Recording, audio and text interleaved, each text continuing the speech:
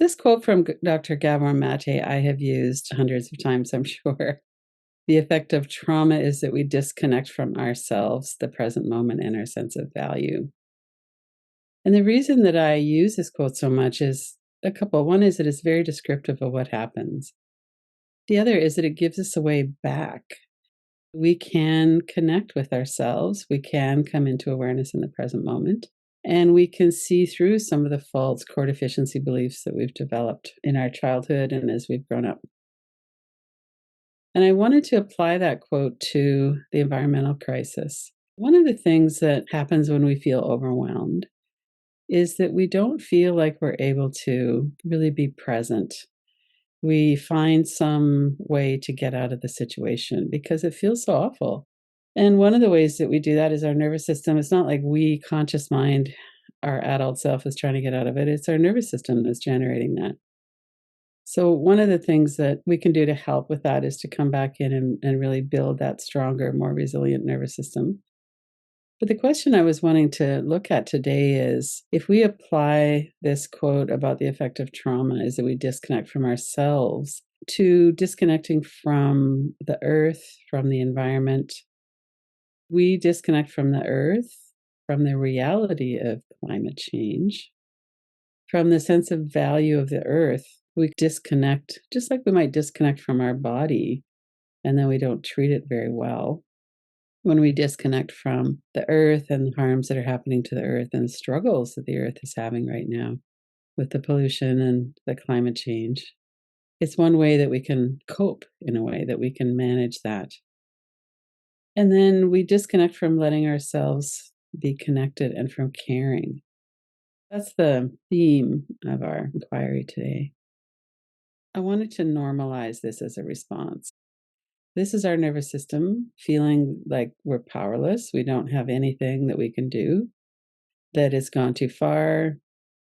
An older person like me, I remember thinking this too about my parents around the economic environment and the debt that we have in Canada. And just thinking, well, you guys had a pretty good life. You had really great healthcare and you had all these things that you couldn't actually pay for. And then you transferred the debt to the shoulders of me and my generation. I think we could, in fairness, say the same now for me. As much as and all of us have tried to do our best, we're in a situation that's caused in part because we couldn't really look at the situation clearly. When we have this nervous system response of fight, flight, or freeze, we don't see clearly, we don't take appropriate action, we feel powerless. And many of the fight, flight, freeze responses, we can't really stop them in the moment. But somatic mindfulness helps us to see that's not actually what's going to get us out of this. That's not what's going to help. And this was something that, as I was doing some research for this class today, I hadn't really thought about the new denial and the old denial. That really opened my eyes. In a fight response, we might deny climate change. We accuse the other side of false news, and they don't believe climate change is real or they minimize it. So that was kind of the old denial, claims that global warming isn't happening. We don't see that as much anymore. But also, it might mobilize us into taking action. So, if we're really getting in tune with the seriousness of the situation, we might get involved with people who are doing activist work to try to change policies and change what big corporations are doing. And that kind of a fiery energy is also a survival response. And we put a lot of effort into hating the other side. And I know this is very familiar to me from my early years in feminism in the 70s and 80s. And one of the reasons that I think I kind of moved away from that activist work is because I wanted to focus on building the kind of world that I wanted.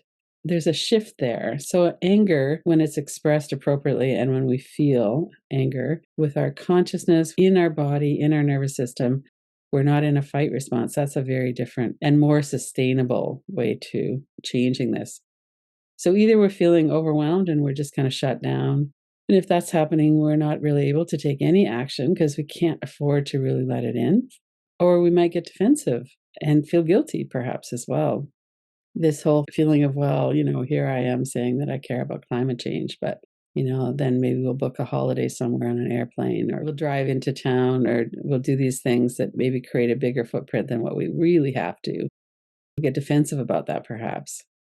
This new denial of attacking solutions, attacking science, and the climate movement, one of the things in that conversation was there's a new law that new homes have to have solar panels. Yeah, but if they all have solar panels, and then went on to say how they might have brownouts because the grid is so stressed with the increasing temperatures, people are using air conditioning more. So there isn't a lot of logic in that new denial. There's a acknowledgement that it's bad, but there's also not that clarity of thinking. So we have this putting people into different groups for and against, like we did with COVID, like we often see with a bunch of different things. And in climate change, that's certainly one of the dynamics is here. People are feeling very much on one side or the other. And then there's a lot of just, I can't take it in. One of the things that I think about sometimes is the 7 generations teaching from the Indigenous community. And 7 generations ago, my ancestors came over from the Highlands of Scotland, where their life was very difficult. The British were clearing the Highlands, smashed the clan system. That doesn't mean that colonization was okay. It's just I was able to kind of understand and put that in a bit of a different context, that ancestors were trying to survive something, and one of the ways that they did was come to North America. And there's this mindset that I've noticed that many of us have, and it's certainly broadly conditioned in our culture, is that resources are here for us to use. That if we buy land, it's up to us to decide what we're going to do with it, whatever it is that we can afford. Need to somehow break through this feeling of what I do doesn't matter, which is kind of a hopelessness feeling. There's also a bit of an entitlement in there too. How can we come into this feeling of what it is for me? I have 2 generations, so I have a child and grandchildren. And if you think about whether you have children, we all know people who are a generation younger or 2, what life is like for them. And then we could extrapolate that out to 7 generations.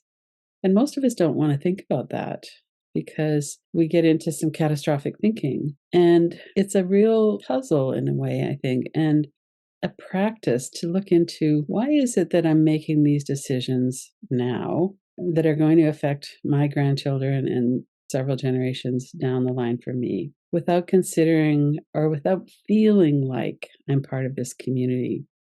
So I'm a community of people, of other beings like animals, the earth.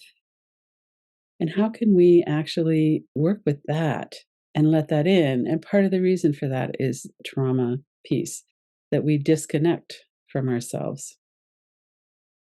This is from a few weeks ago, the 3 sisters, corns, bean, and squash.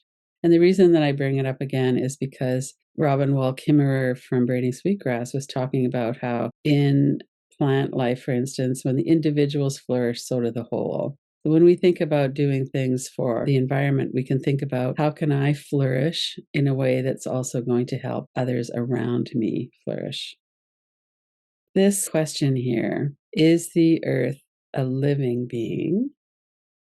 So let's go out of our mental experience for a moment and just see what your experience is. One way of looking at the earth is that it's a collection of processes that science can describe. The sun shines, it evaporates the water, it rains. There's a series of processes. We have gravity, we have all of these different processes that we can use to explain the world. And then many people have a sense that Earth is actually a consciousness, a living being, Gaia. So sit back for a moment and notice, what does that feel like if you were to put consciousness, living being, the Earth is alive, not just in its processes, but in its sense of consciousness. And then on the other side, it's alive, but not in the sense of being a conscious being. Notice what that feels like.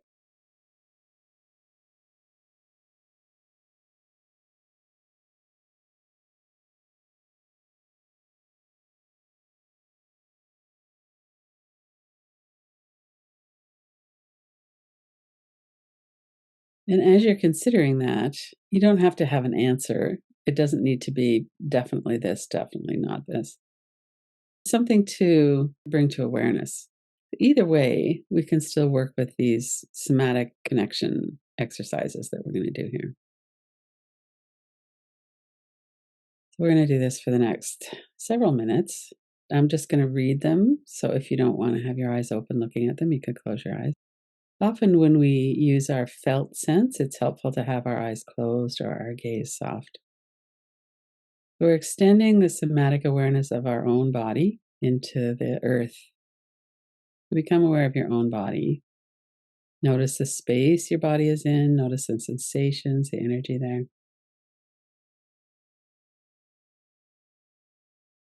The earth is my body, and I can extend my roots down into the body of earth. Do this as an energy experiment or an energy field. So there's the energy field that's in my personal body, and then if I go down through the soles of my feet, gravity holds me to the earth. What's my felt sense? Can I extend my awareness into the earth?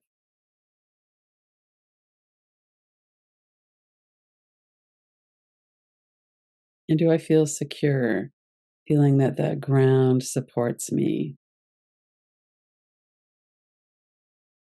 And you could imagine, or maybe you're outdoors right now and you could do this. I feel the touch of my feet on the earth. Sometimes as adults, we don't do this very often.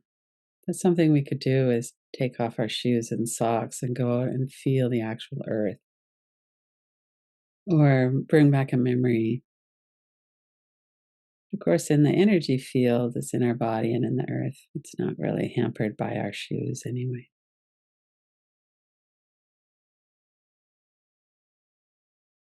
I connect with the body of the earth. So when I feel the wind or the sun as the body of the earth, what does that feel like when the trees have the sense of wind in their leaves, for instance? When there's a touch of sun on a leaf or on a plant? When we stop and smell the roses, literally, we might touch that velvety smoothness of the petal, take in that aroma of a rose.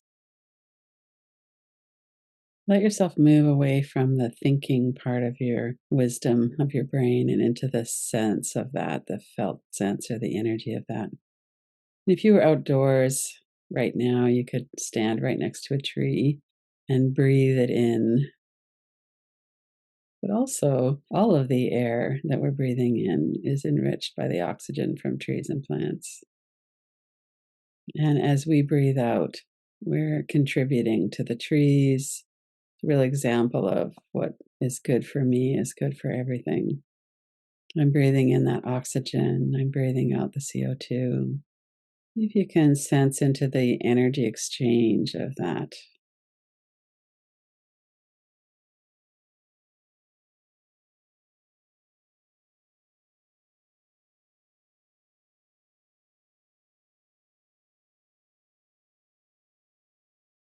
And if you were to sit down and eat something that started as a plant, what is the energy of that? The sun shines on the plants. There's that process that happens within them. They create food, energy. We eat that food.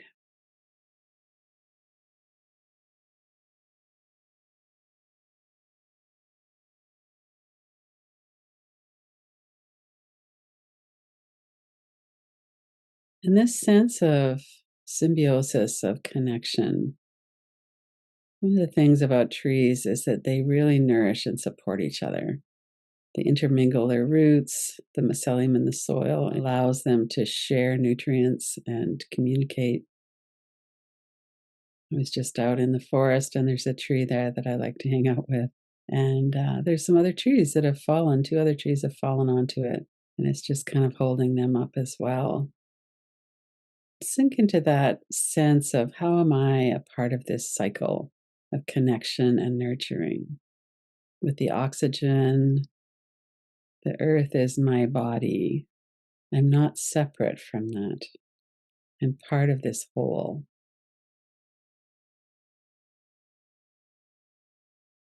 Let yourself feel into that.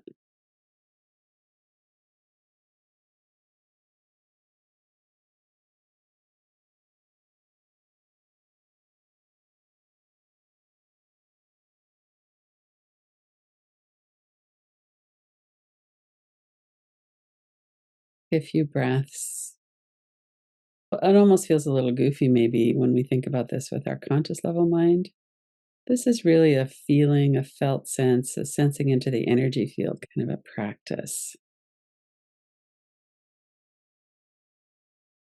When we're working with the energy of the earth and with our part in helping the earth survive a little bit better. So we know things like if I limit my ecological footprint, it's good for me, less pollution for me, but also for everyone else, other beings, other people. When we're working with our relationship with the earth, one thing that we could do is to try to honor the living reality of things. The birch tree sheds its bark to grow, so it's doing that for its own benefit. And we could honor that and wait for that bark to peel off itself and to shed instead of peeling it off and harming the tree. We can take right action for our benefit. That's also for the benefit of all beings.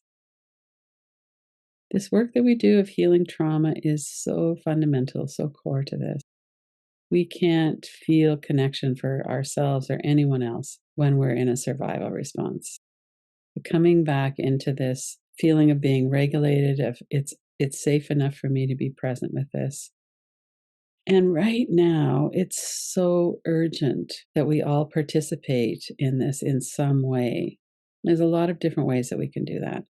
Some are reducing the harm, some are actively creating more positive. Our gifts are needed, and we can nourish that energy field, that sense of community, myself, the earth, the animals, the plants, the consciousness of the earth. That I'm not here alone. I'm not here on my own. I'm part of this connection of community, of wholeness, of this interaction. And I don't have to figure it out all by myself. I didn't create the problem all by myself. I can work with my own nervous system to bring that strength and resilience. And I can do this within community with other people, other beings, other plants, with the earth.